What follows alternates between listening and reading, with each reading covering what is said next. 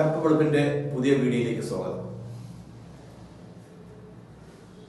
കേരളത്തിലെ സംസ്ഥാന ഉപതെരഞ്ഞെടുപ്പ് കഴിഞ്ഞു, സംസ്ഥാന പൊതുതെരഞ്ഞെടുപ്പ് കഴിഞ്ഞു. ഫലങ്ങൾക്ക് വേണ്ടിയിട്ട് നമ്മൾ കാത്തിരിക്കുകയാണ്. ജനാധിപത്യത്തിലാണെങ്കിലും രാജാധിപത്യത്തിലാണെങ്കിലും കമ്മ്യൂണിസ്റ്റ് ആധിപത്യത്തിലാണെങ്കിലും നമുക്ക് എല്ലാവർക്കും സ്വാതന്ത്ര്യമുള്ള ഒരു കാര്യം സ്വപ്നം കാണുക എന്നുള്ളതാണ്. അപ്പോൾ ഞാൻ എൻ്റെ ഒരു സ്വപ്നം നിങ്ങളുമായിട്ട് പങ്കുവയ്ക്കാൻ ആഗ്രഹിക്കുന്നു.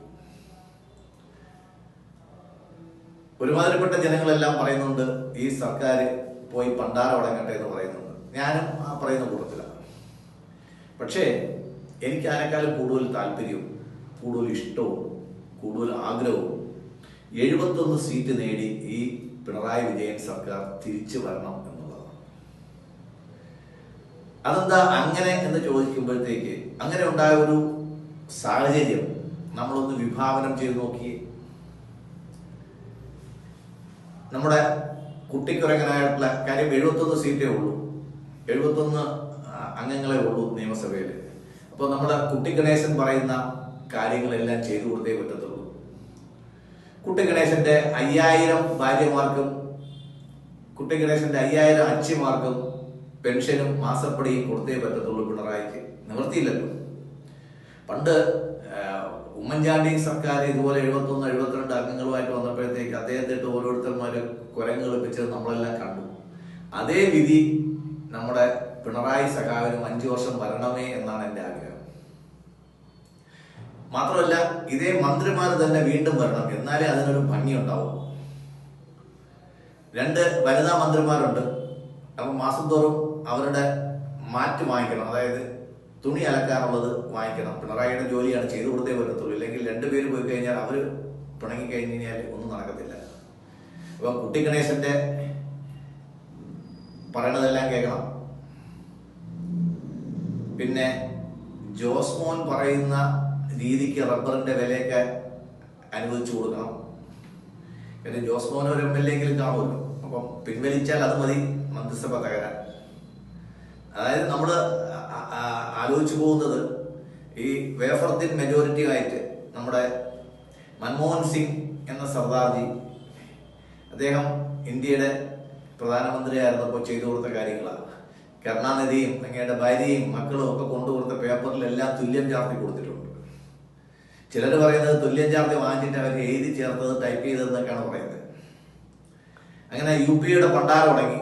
ആ സർക്കാർ 5 വർഷം ഇരുന്നപ്പോഴത്തേക്ക് 10 വർഷം ഇരുന്നപ്പോഴത്തേക്ക് ആ സർക്കാരിന്റെ പണ്ടാരം തുടങ്ങി. ഇനി എന്തായാലും UP എന്ന് പറഞ്ഞുകൊണ്ട് ഒരു പരീക്ഷണം ഉണ്ടാക്കിക്കൊണ്ടുവരികയോ ഇന്ത്യയിൽ അധികാരത്തിൽ വരികയോ ചെയ്യില്ല എന്നുള്ള കാര്യം നമുക്ക് മനസ്സിലായി. അപ്പൊ നമ്മൾ പറഞ്ഞു നിർത്തിയത് 2 മന്ത്രിമാരുടെയും മന്ത്രി കൊച്ചമ്മമാരുടെയും മാസം തോറുള്ള തുണി അലക്കിനുള്ള സംവിധാനം പിണറായി സഖാവിന് ചെയ്തല്ലേ പറ്റുള്ളൂ. പിന്നെ രക്ഷപ്പെട്ടത് നമ്മുടെ കൃതാവ് മന്ത്രി മത്സരിക്കാത്തതുകൊണ്ട്, അദ്ദേഹത്തിന് പുതിയ മന്ത്രിസ്ഥാനം കിട്ടാൻ സാധ്യതയില്ലാത്തതുകൊണ്ടും അദ്ദേഹത്തിന്റെ കൃതാവ് പഠിച്ചു കൊടുക്കേണ്ട കാര്യം പിണറായിക്ക് ഉണ്ടാവില്ല. മാണിയുടെ കാര്യം അങ്ങനെ പോയി. പിന്നെ ദിവസവും വൈകുന്നേരം MN സ്മാരകത്തിൽ പോയി 3 പ്രാവശ്യം ഏത്തം ഇട്ടിട്ട് വന്ന കാര്യം CPI പോയി കഴിഞ്ഞാൽ മന്ത്രിപ്പണി പോകും.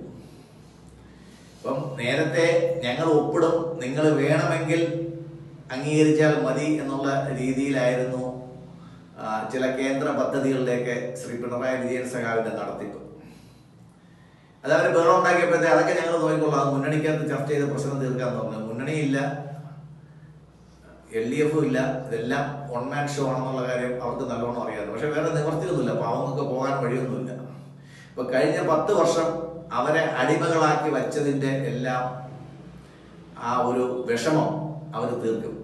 എങ്ങനെയാന്ന് ചോദിച്ചു കഴിഞ്ഞാൽ നമ്മളെ ഇന്നസെന്റ് തിലകൻ എന്ന് പറയുന്ന ജഡ്ജിയുടെ പ്രവർത്തനങ്ങളിൽ നിന്ന് മാറി സ്വാതന്ത്ര്യം പ്രാപിച്ചപ്പോഴത്തേക്ക് ഞാൻ എൻ്റെ സ്വന്തം കാറിൽ വരുമെന്ന് പറഞ്ഞതുപോലെ ഇവരെല്ലാവരും അവരുടെ സ്വന്തം കാർ വാങ്ങിക്കുന്ന അവരുടെ സ്വന്തം കാറിൽ വരികയും പിണറായി സഖാവ് അതെല്ലാം നോക്കി നിൽക്കേണ്ടി വരുന്ന ചെയ്യുന്ന ഒരു ഗതികേട് ആലോചിച്ച് നോക്കണം.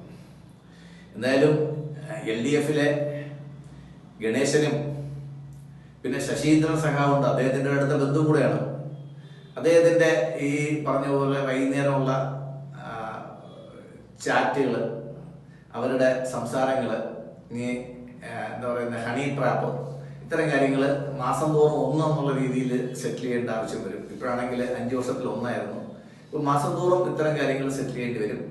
ഗണേശന്റെ അച്ഛന്മാർക്കുള്ള മാസപ്പടി, പിന്നെ ഇത്രയൊക്കെ ചെയ്തു വരുമ്പോഴത്തേക്ക് NCPയുടെ കാര്യം ഏകദേശം ഒരു തീരുമാനമായി. ജട്ടി രാജു ഇല്ലാത്തത് കൊണ്ട് ജട്ടി രാജു ഒന്ന് ജട്ടി ഇട്ട് കൊടുക്കേണ്ട ആവശ്യം വരുന്നില്ല. ഇല്ലെങ്കിൽ ജട്ടി രാജു ഒന്ന് ജട്ടിയും കൂടെ നമുക്ക് നമ്മുടെ പിണറായി സഖാവിനെ ഇട്ട് കൊടുക്കുമായിരുന്നു. എന്തായാലും അതിന്റെ ആവശ്യം വരുന്നില്ല. ജട്ടി സഖാവ് പോയതൊരു വലിയ ഭാഗ്യമായി. പകരം കരമന സുധീർ വരുമോ ഇല്ല എന്നുള്ള കാര്യം നമുക്കറിയത്തില്ല. ചിലപ്പോൾ CPക്ക് ആയിരിക്കും അവിടെ ജയിക്കുന്നത്, ചിലപ്പോൾ ജയിക്കാനും സാധ്യതയുണ്ട്. 3 പേർക്കും തുല്യ സാധ്യത പറയുന്ന ഒരു മണ്ഡലമാണ് തിരുവനന്തപുരം. എന്തായാലും ആ കാര്യം അങ്ങനെ പോയി. പിന്നെ നമുക്ക് വരുന്നത് CPMന് അകത്തുള്ള മന്ത്രിമാരാണ്. 2 മന്ത്രിമാരുടെ കാര്യം പറഞ്ഞു. മറ്റുള്ള മന്ത്രിമാരുണ്ട്. രാജീവിന്റെ മൂക്കിന്റെ കണമൊക്കെ നോക്കണം. പിന്നെ നമ്മുടെ മരുമോൻ മന്ത്രിയുണ്ട്. മരുമോന് പുതിയ കുഞ്ഞുങ്ങളൊന്നും ഇല്ലാത്തതുകൊണ്ട് അവരെ ലാളിപ്പിക്കേണ്ടേയും അവരുടെ അപ്പി കഴുകി കൊടുക്കേണ്ടതൊന്നും ജോലി വരുന്നില്ല. ഇനി അഥവാ ഒരു കുഞ്ഞായി കഴിഞ്ഞ് കഴിഞ്ഞാൽ മരുമോന്റെ കൊച്ചിന്റെ അപ്പി കഴുകി കൊടുക്കുന്ന ജോലിയും മുഖ്യമന്ത്രിക്ക് തന്നെ ചെയ്യേണ്ടി വരും. വേറെ വഴിയൊന്നുമില്ല.